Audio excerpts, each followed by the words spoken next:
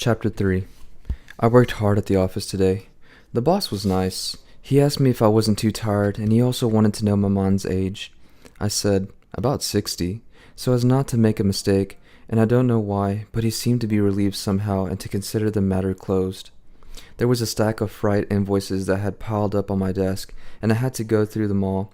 Before leaving the office to go to lunch, I washed my hands. I really like doing this at lunchtime. I don't enjoy it so much in the evening because the roller towel you use is soaked through. One towel has to last all day. I mentioned it once to my boss. He told me he was sorry, but it was really a minor detail. I left a little late, at 12:30 with Emmanuel, who works as a dispatcher. The office overlooks the sea, and we took a minute to watch the freighters in the harbor, which was ablaze with sunlight. Then a truck came toward us with its chains rattling and its engine backfiring. Emmanuel said, "How about it?" And I started running. The truck passed us and we ran after it. I was engulfed by the noise and the dust. I couldn't see anything, and all I was conscious of was the sensation of hurtling forward in a mad dash through the cranes and winches, masts bobbing on the horizon and the hulls of ships alongside us as we ran. I was first to grab hold and take a flying leap. Then I reached down and helped Emmanuel scramble up. We were out of the breath. The truck was bumping around on the uneven cobblestones of the quay in a cloud of dust and sun. Emmanuel was laughing so hard he could hardly breathe. We arrived at Celeste dripping with sweat. Celeste was there, as always, with his big belly, his apron, and his white mustache. He asked me if things were all right now. I told him yes, they were, and said I was hungry. I ate fast and had some coffee. Then I went home and slept for a while because I'd drunk too much wine, and when I woke up I felt like having a smoke. It was late, and I ran to catch a streetcar. I worked all afternoon. It got very hot in the office, and that evening, when I left, I was glad to walk back slowly along the docks. The sky was green. I felt good. But I went straight home because I wanted to boil myself some potatoes. On my way upstairs, in the dark, I ran into old Salamano, my neighbor across the landing. He was with his dog. The two of them had been inseparable for 8 years. The spaniel has a skin disease, mange, I think, which makes almost all of its hair fall out and leaves it covered with brown sores and scabs. After living together for so long, the two of them alone in one tiny room, they've ended up looking like each other. Old Salamano has reddish scabs on his face and wispy yellow hair. As for the dog, he's sort of taken on his master's stooped look, muzzle down, neck straining. They look as if they belong to the same species, and yet they hate each other. Twice a day, at 11 and 6, the old man takes the dog out for a walk. They haven't changed their routine in 8 years. You can see them in the Rue d'Alon, the dog pulling up the man along until old Salamano stumbles. Then he beats the dog and swears at it. The dog cowers and trails behind. Then it's the old man who pulls the dog. Once the dog has forgotten, it starts dragging its master along again. And again he gets beaten and sworn at. Then they both stand there on the sidewalk and stare at each other, the dog in terror, the man in hatred. It's the same thing every day. When the dog wants to urinate, the old man won't give him enough time and yanks at him so that the spaniel leaves behind a trail of little drops. If the dog has an accident in the room, it gets beaten again. This has been going on for 8 years. Celeste is always saying, "It's pitiful." But really, who's to say? When I ran into him in the stairs, Salamano was swearing away at the dog. He was saying, "Filthy, stinking bastard," and the dog was whimpering.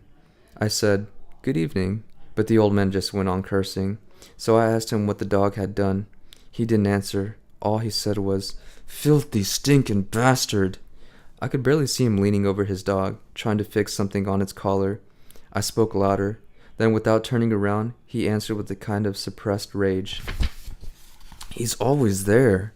Then he left, yanking at the animal, which was letting itself be dragged along, whimpering. Just then my other neighbor came in. The word around the neighborhood is that he lives off women, but when you ask him what he does, he's a warehouse guard. Generally speaking, he's not very popular, but he often talks to me and sometimes stops by my place for a minute because I listen to him. I found what he has to say interesting. Besides, I don't have any reasons not to talk to him. His name is Raymond Sintes. He's a little on the shorter side, with broad shoulders and a nose like a boxer's. He's always dressed very sharp, And once he said to me, talking about Salamano, "If that isn't pitiful." He asked me, didn't I think it was disgusting, and I said no. We went upstairs, and I was about to leave him when he said, "I've got some blood sausage and some wine at my place. How about joining me?" I figured it would save me the trouble of having to cook for myself, so I accepted. He was only one room too, and a little kitchen with no window. Over his bed he has a pink and white plaster angel, some pictures of famous athletes, and 2 or 3 photographs of naked women. The room was dirty and the bed was unmade. First he lit his paraffin lamp, then he took a pretty dubious-looking bandage out of his pocket and wrapped it around his right hand. I asked him what he'd done to it. He said he'd been in a fight with some guy who was trying to start trouble. "You see, Monsieur Massol," he said, "it's not that I'm a bad guy, but I have a short fuse. This guy says to me, 'If you're man enough, you'll get down off that street card.' I said, 'Come on, take it easy.' Then he said, 'You're yellow.' So I got off and I said to him, 'I think you better stop right there or I'm going to have to teach you a lesson.' And he said, 'You and who else?' So I let him have it. He went down. I was about to help him up, but he started kicking me from there on the ground. So I kneed him one and slugged him a couple of times. His face was all bloody. I asked him if he had enough. He said yes. All this time, Sintes was fiddling with his bandage. I was sitting on the bed. He said, 'So you see, I wasn't the one who started it. He was asking for it.' It was true, and I agreed. Then he told me that, as a matter of fact, he wanted to ask my advice about the whole business, because I was a man, I knew about things, I could help him out, and then we'd be pals. I didn't say anything, and he asked me again if I wanted to be pals. I said it was fine with me. He seemed pleased.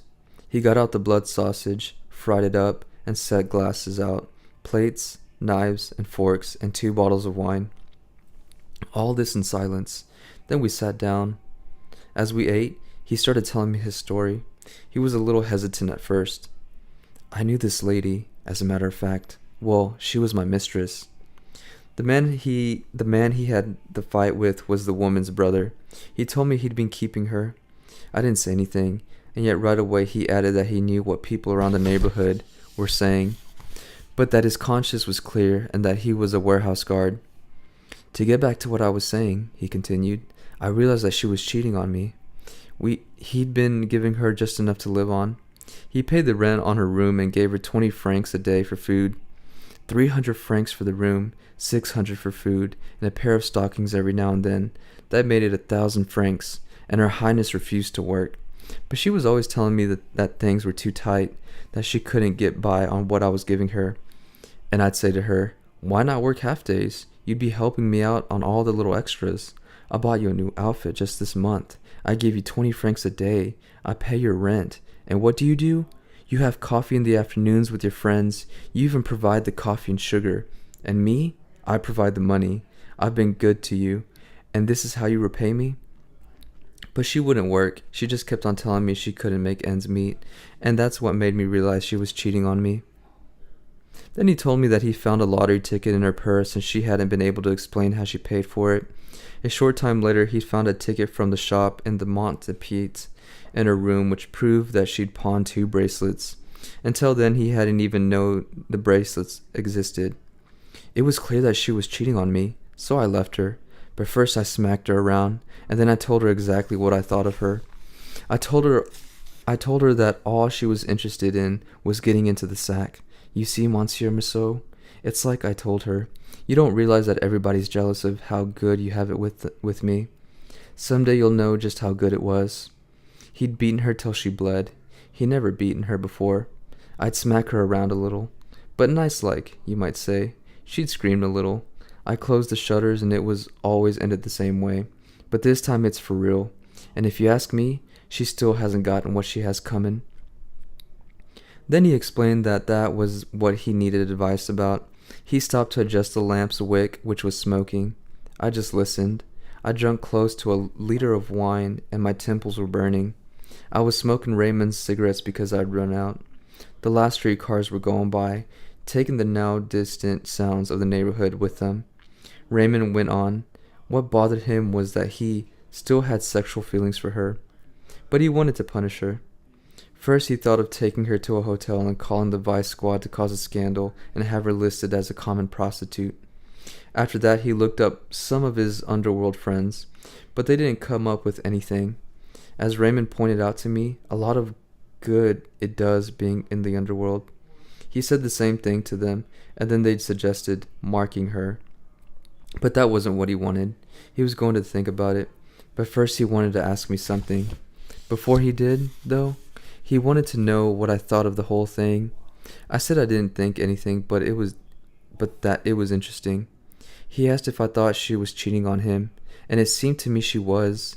If I thought she should be punished and what I would do in his place, I said you can't ever be sure, but I understood his wanting to punish her. I drank a little more wine. He lit a cigarette and let me in on what he was thinking about doing. He wanted to write her a letter, one with the punch and also some things in it to make her sorry for what she's done. Then, when she came running back, he'd go to bed with her and, right at the last minute, he'd spit in her face and throw her out. Yes, that would punish her, I thought. But Raymond told me he didn't think he could write the kind of letter it would take and that he'd thought of asking me to write it for him. Since I didn't say anything, he asked if I mind doing it right then, and I said no. Excuse me. He downed a glass of wine, then stood up. He pushed aside the plates and the little bit of cold sausage we'd left. He carefully wiped the oilcloth covering the table. Then from a drawer in his night table he took out a sheet of paper, a yellow envelope, a small red pen box, and a square bottle with purple ink in it. When he told me the woman's name, I realized she was Moorish. I wrote the letter. I did it just as it came to me, but I tried my best to please Raymond because I didn't have any reason not to please him. Then I read it out loud. He listened, smoking and nodding his head. Then he asked me to read it again. He was very pleased. He said, "I could tell you knew about these things." I didn't notice it at first, but he had stopped calling me Monsieur. It was always when he announced, "Now you're a pal, Merceau," and said it again that it struck me. He repeated his remarks and I said yes. I didn't mind being his pal, and he seemed set on it. He sealed the letter and we finished off the wine. Then we sat and smoked for a while without saying anything. Outside, everything was quiet. We heard the sound of a car passing. I said, "It's late." Raymond thought so too. He remarked how quickly the time passed, and in a way it was true. I felt sleepy, but it was hard for me to get up. I must have looked tired because Raymond told me not to let things get to me. At first I didn't understand. Then he explained that he'd heard about Maman's death, but that it was one of those things that was bound to happen sooner or later. I thought so too. I got up. Raymond gave me a very firm handshake and said that men always understand each other. I left his room, closing the door behind me, and paused for a minute in the dark on the landing. The house was quiet, and a breath of dark, dank air wafted up from deep into the stairwell. All I could hear was the blood pounding in my ears. I stood there, motionless, and in old Salamanca's room, the dog whimpered softly.